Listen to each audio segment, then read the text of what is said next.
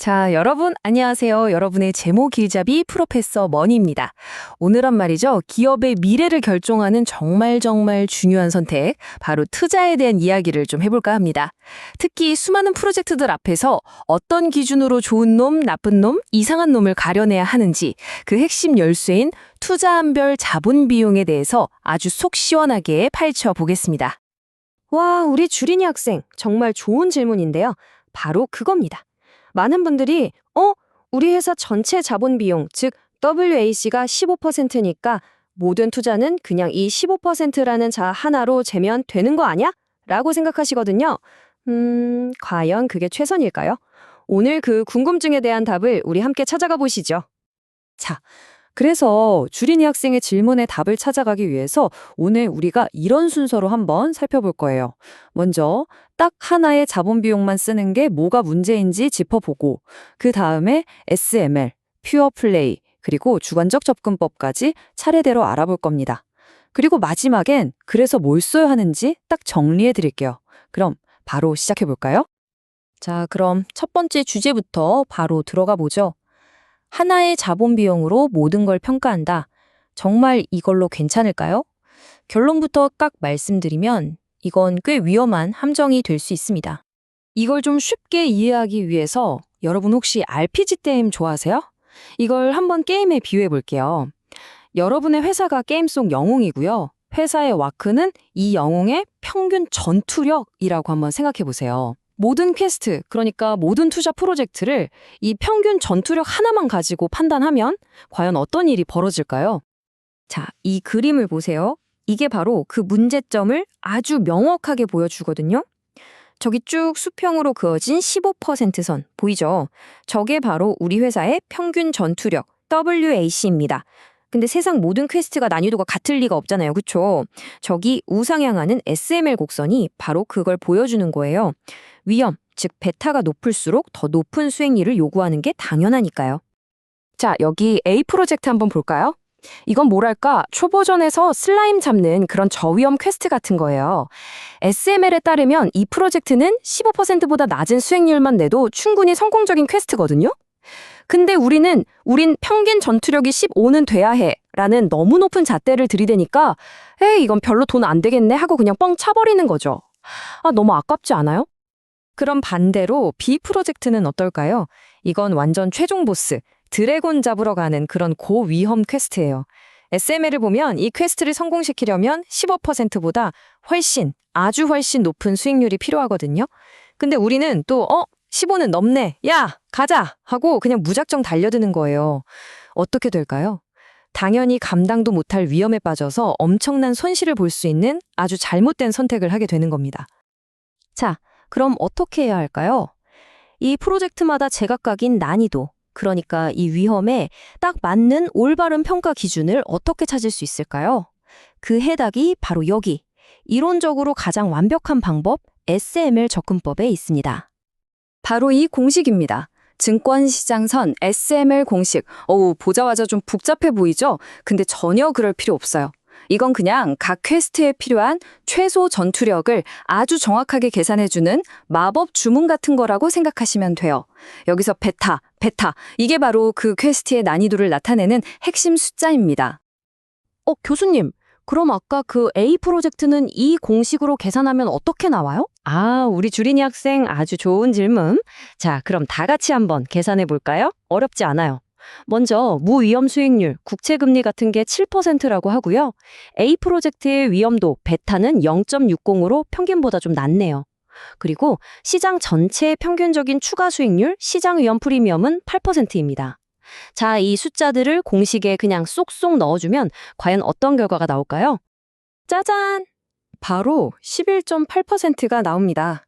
자, 보세요. 우리 회사 평균 웨이크는 15%였잖아요. 근데 이 프로젝트에 진짜 필요한 요구 수익률은 11.8%였던 거예요. 훨씬 낮죠? 만약 우리가 이 기준을 썼다면 아까 그 좋은 프로젝트를 놓칠 일이 없었겠죠. 이게 바로 SML 접근법의 힘입니다. 네, 맞아요. SML. 이론적으로는 완벽하죠. 근데 현실에선 좀 문제가 있어요. 아니, 아직 시작도 안 한 프로젝트의 베타 값을 어떻게 정확히 알겠어요? 거의 미래를 예측하는 수준이죠. 그래서 실무에선 좀 더 현실적인 대안을 찾게 되는데 그게 바로 퓨어플레이 접근법입니다. 퓨어플레이가 뭐냐고요? 어려운 말 아니에요. 그냥 한 우물만 파는 전문가 기업이라고 생각하시면 돼요. 우리가 하려는 프로젝트랑 아주 비슷한 사업에만 집중하고 있는 그런 상장 기업을 말하는 거죠. 예를 들어서 우리가 전기차 사업에 새로 뛰어들고 싶다. 그러면 다른 거 안 하고 오로지 전기차만 만드는 그런 회사를 참고하는 겁니다. 자, 다시 게임으로 돌아가 볼까요? 이건 마치 내가 깨려는 퀘스트랑 비슷한 퀘스트만 전문적으로 공략하는 전문가 길드를 찾아가는 거예요. 그래서 그 길드 사람들이 어떤 전략을 쓰고 어떤 장비를 쓰는지, 즉 그 회사의 베타나 자본 비용을 싹 분석해서 우리 퀘스트에 맞게 적용하는 거죠. 훨씬 현실적이죠.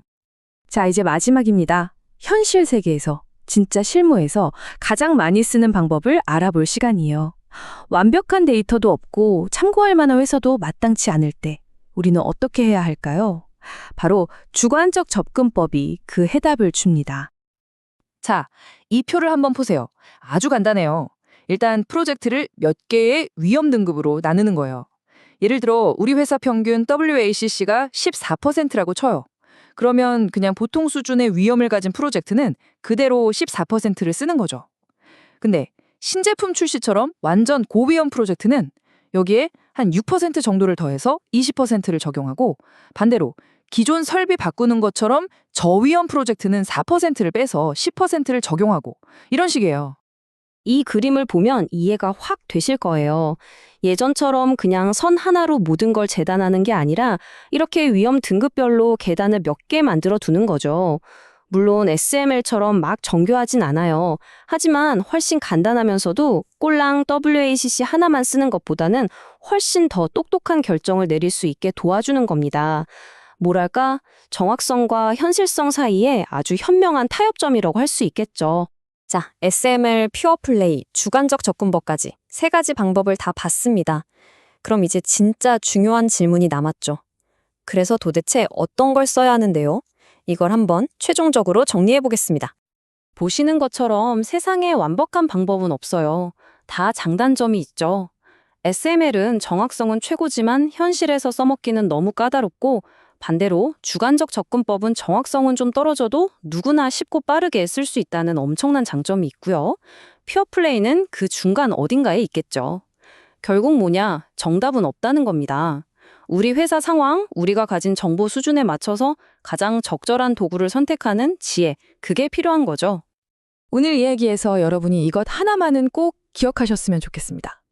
우리의 목표는 완벽한 할인율을 찾는 게 아니라 큰 실수를 피하는 것이다. 맞습니다. 우리는 신이 아니잖아요. 미래를 100% 맞출 수는 없어요. 중요한 건 엉뚱한 잣대를 들이대서 좋은 기회를 날려버리거나 위험한 함정에 빠지는 그런 치명적인 실수를 하지 않는 겁니다. 대충이라도 올바른 방향으로 가는 게 정확하게 틀리는 것보다 100배, 1000배 낫습니다. 자, 오늘 내용을 바탕으로 여러분께 질문 하나 던지면서 마무리할까 합니다.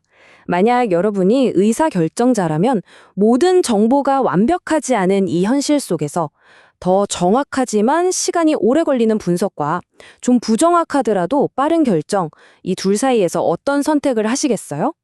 이 질문에 대한 여러분만의 답을 한번 곰곰이 생각해 보시면 오늘 내용이 더 와닿을 겁니다.